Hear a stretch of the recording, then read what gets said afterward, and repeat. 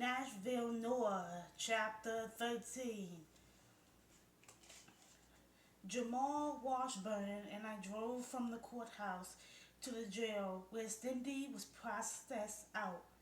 Her personal belongings and clothing, which had been secured in a locked blue hang-up bag, were returned to her, and she handed over her two-piece prison uniform to the female officer in charge. You get to wear the underwear and the shoes, the officer told her as Cindy opened the door to the changing room. I don't think I'll wear them again, Cindy said. Suit yourself, but those are quality goods. It was almost 1 that afternoon before we left the facility and drove to the hotel where an assistant manager showed us to the suite they set aside for me. If he noticed Cindy's electronic ankle bracelet, which had been attached at the jail, his expression didn't reveal it. My questions had already been transferred to the new quarters, and my clothing neatly tucked away in the dresser drawers of the room with a king-sized bed. Across the living room, what the assistant manager called the parlor was the second bedroom, which Cindy would occupy, a room with two queen beds. We each had our own bathroom.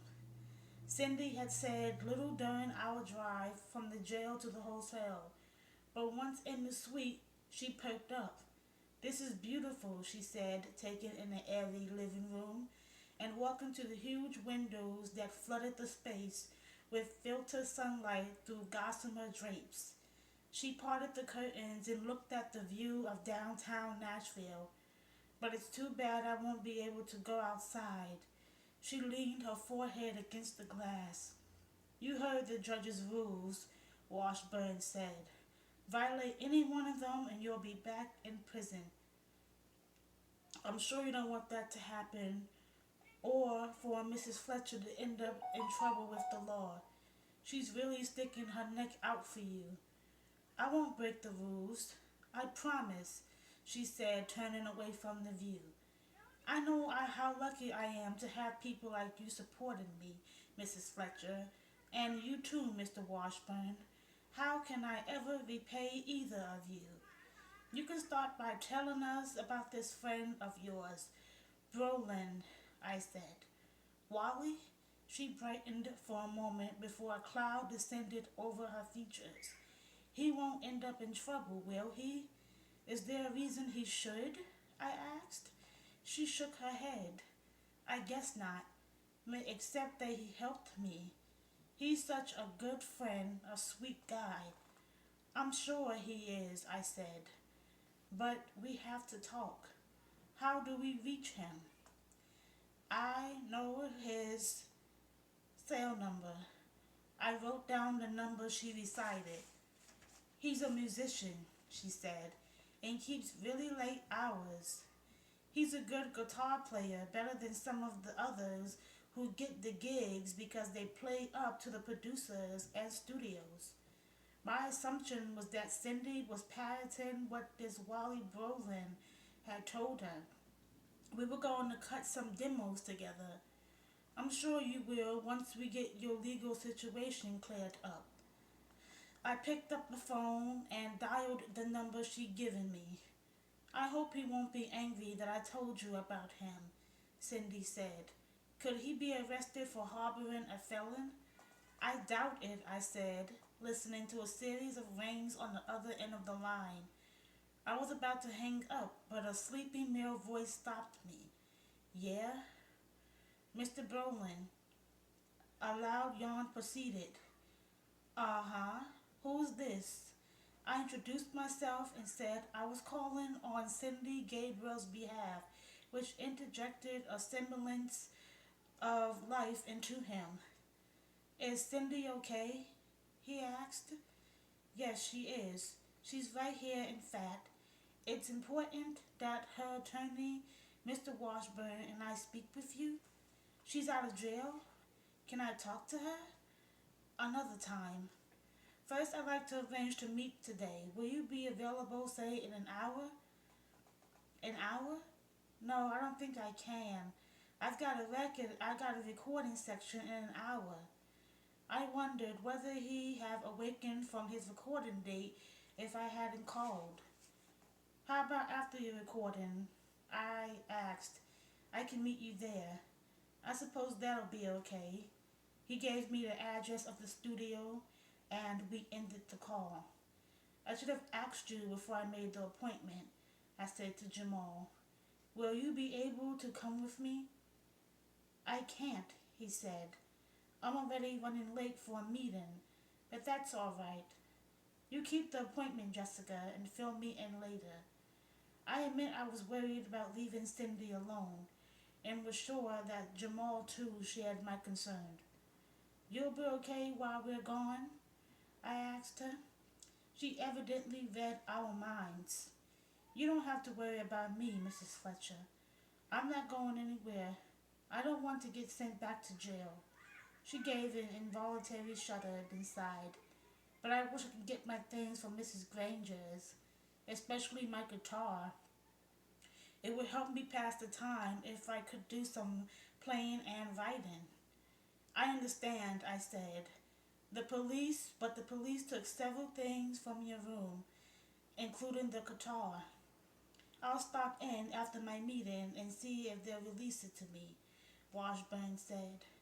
And I'll call Lieutenant Biddle and ask when I can collect the rest of your things from Mrs. Granger's.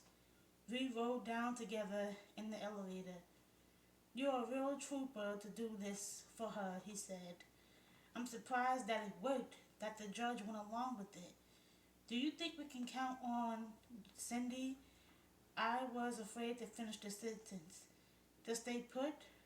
She's a smart girl. Let's hope she doesn't decide to do anything stupid, like running the way she did last time. Yes, please don't let that happen, I silently thought.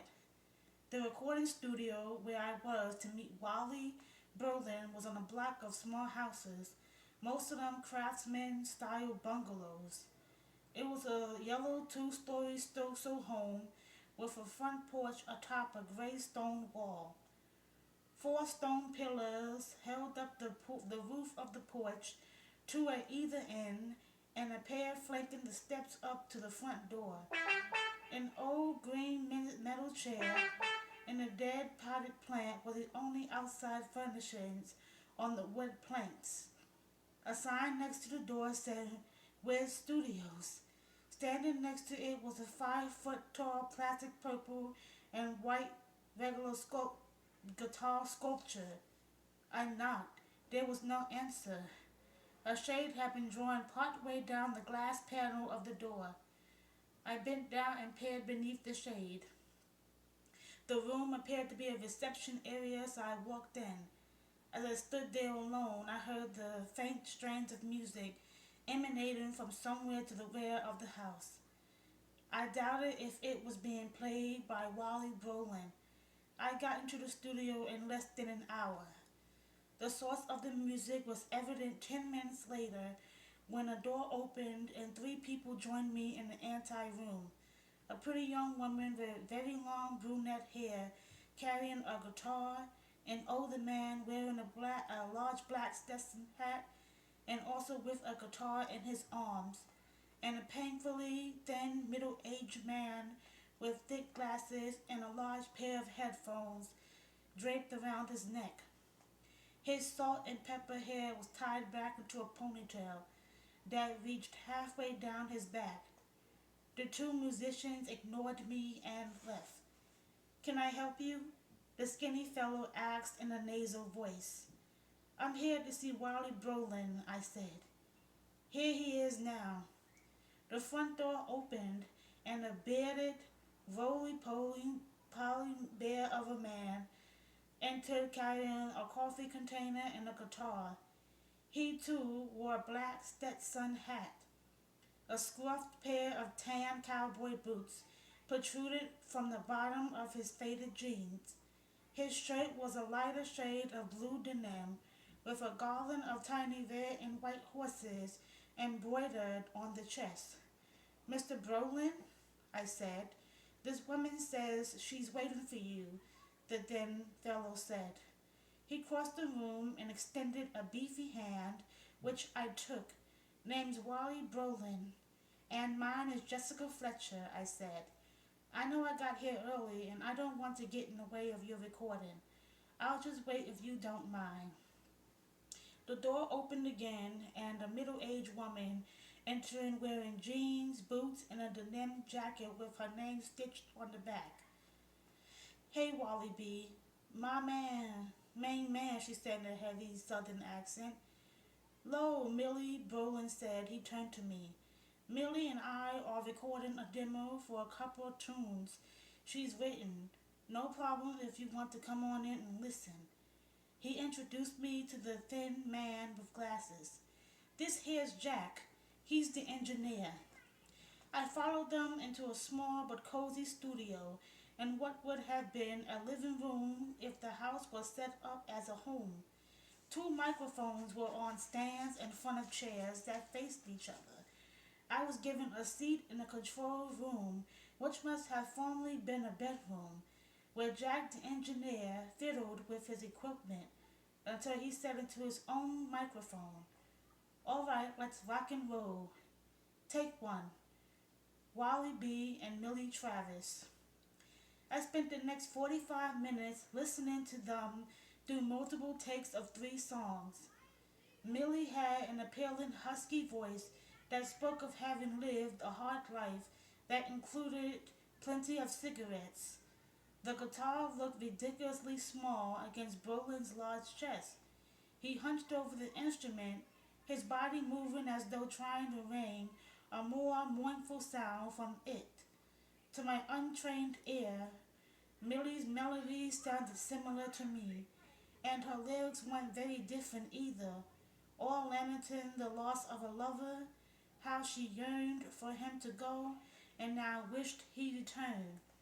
When they were finished, Brolin and Millie came into the control room and heard the recordings played back. I liked that third take on number 1 the best, Millie said, and Brolin agreed. She gave Brolin a hug as she left.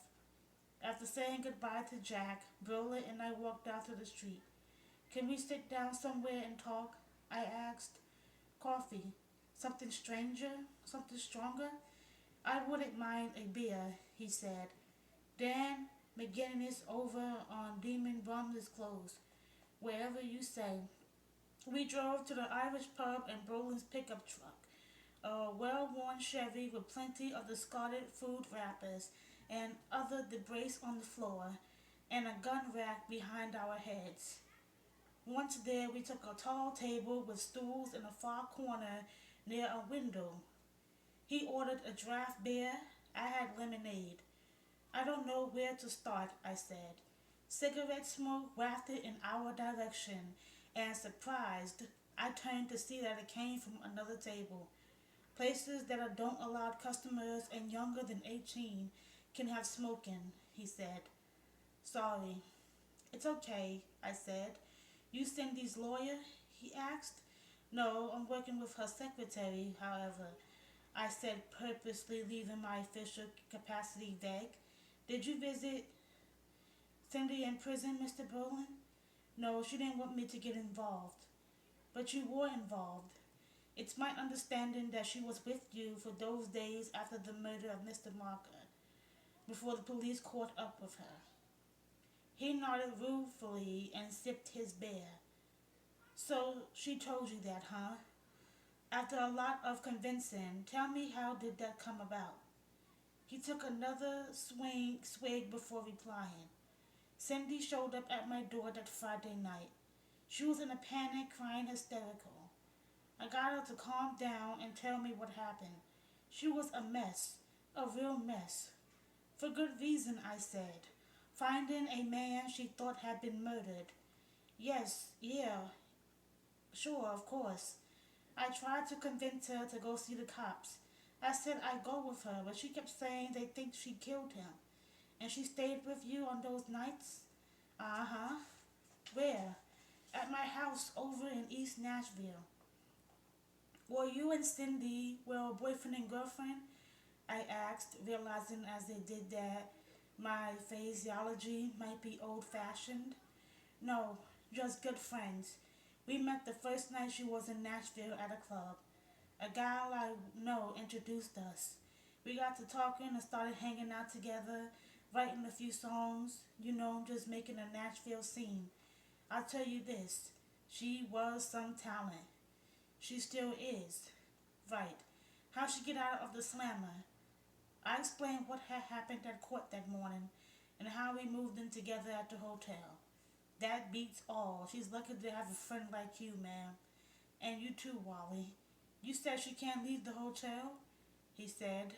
That's right, except for very special needs. That's a bummer. Better than a jail cell. I mean, 'cause of the Bluebird gig. The nightclub, I said, remembering that Mrs. Granger had mentioned it the night I arrived. I got her into one of the auditions there and they loved her. They called yesterday. I guess they don't read the papers. Anyway, it's the place to get your name known. Really tough to get a gig there. Do you mind if I tell her that she passed the audition? No, except it'll break her heart. He smiled for the first time since we met. She'll probably write a song about it. He asked if he could visit her at the hotel, but I said the judge didn't want her to have any visitors before her next court appearance. He ordered a second beer. Did she tell you about her belief that Mr. Market had taken one of her songs and given it to another singer? I asked. Yeah, she did. He gave it to Sally Prentice. You know her? Sure. I played on some of her early demos. I'm hoping to get called to play on her CD. She's moving up fast. From what Cindy told me, this Sally Prentice will be credited as co-writer of the song. That's the way it usually works, he said. Sally's headed for the big time. She's got it all. Looks a voice, terrified stage presence. I told Cindy to let it go. Take the co-writer credit and use it to help build her career. But Cindy didn't see it that way. She's young, Jessica. I probably would have felt the same way when I first came to Nashville 15 years ago. But you mellow out after a while. Roll with the punches, take the bitter with the sweet, if you know what I mean. Not an easy thing for a young girl like Cindy to do, I said. I suppose not. You hungry? No, but you go ahead and eat. My treat. He ordered a corned beef sandwich on rye with a side of fries. I asked him what Cindy had told him about discovering Marcus' body, and his response matched what she told me. The police and Jamal Washburn. His sandwich arrived and he ate with enthusiasm after slathering on a lot of mustard. The conversation drifted to him, his background, musical experiences, and aspirations. He was originally from New Jersey, although he moved frequently. His father was in the military. He started playing the guitar while living in Texas and decided to make it his career. A friend suggested they travel to Nashville together, and at the age of 18, he headed for Music City with his eye on a successful career in country music. Have you found it? I asked. A successful career? I've managed to make a living as a studio musician and helping lyricists develop their songs. I'm a good musician, Jessica, but the town is crawling with good musicians. 4,000 of them registered with the Nashville Union. You grab what jobs you can get, mostly demos, and hope that some producer will hear you and decide to put you on his A-team. Those are the guys who've been around a long time and are always called for major recordings. He grinned. You keep waiting for one of them to burn out and decide to pack it in so you can take his place. Hasn't happened to me yet. Meanwhile, I keep at it, recording where I can, picking up an occasional gig at some of the smaller clubs, and practicing. You said you thought that Cindy has talent, enough to make it big? He took the last bite of his sandwich, wiped the remnants of mustard from his mouth, and said, with the right people to get her name around, and maybe a stylist to glam her up, she could have made it big, maybe really big. And are you one of the right people to get her name around, Wally? I could have been. Why past tense? Her name's known in town now, but only because of this murder mess she's in. It's a mess I'm determined to get her out of. And how you gonna do that? By finding out who really killed Roderick Marker. Yeah? I didn't take you for a cop or a private investigator. I'm not a policeman, just a concerned citizen. By the way, did you know Marker? He winced before answering. I met him a few times, did a bunch of demos with songwriters he had under contract. Not my favorite guy, that's for sure. He's a sleaze. Took advantage of the young girls, the vulnerable types, if you know what I mean. Plus, he was slow to pay. I know some musicians who've been stiffed by him, which means he had lots of enemies. I don't know about lots of enemies, but you probably could start with his business partner, Whitson, or his wife, Marilyn. I have their names from the newspaper article about the murder. Tell me more about them. I only know what I've heard. Mostly, that is, I've met Winston, too slick by half struts around like he's the second coming of Elvis, but underneath he was just Marker's lackey. And Mrs. Marker? I never saw Marker's wife except for in the papers. She's his third. Apparently he liked them blonde and with big. He made a gesture with his hands. I get the picture, I said. She's in the gossip columns a lot. She's big with the charities, but a classic gold digger if you ask me. And I heard she's a swinger, looking for her next mark. I bet. He chuckled. Hey, that's funny. Marilyn Marker looking for her next mark. Not a very flattering view of either of them. Just the way I see him. Look, I really should go. I'm meeting a lyricist in a half hour. Not too much talent, but she's got plenty of money from her daddy to cut demos until the cows comes home. Thanks for the beer and sandwich. It was my pleasure, Wally. I asked him to drop me at the hotel, which he did.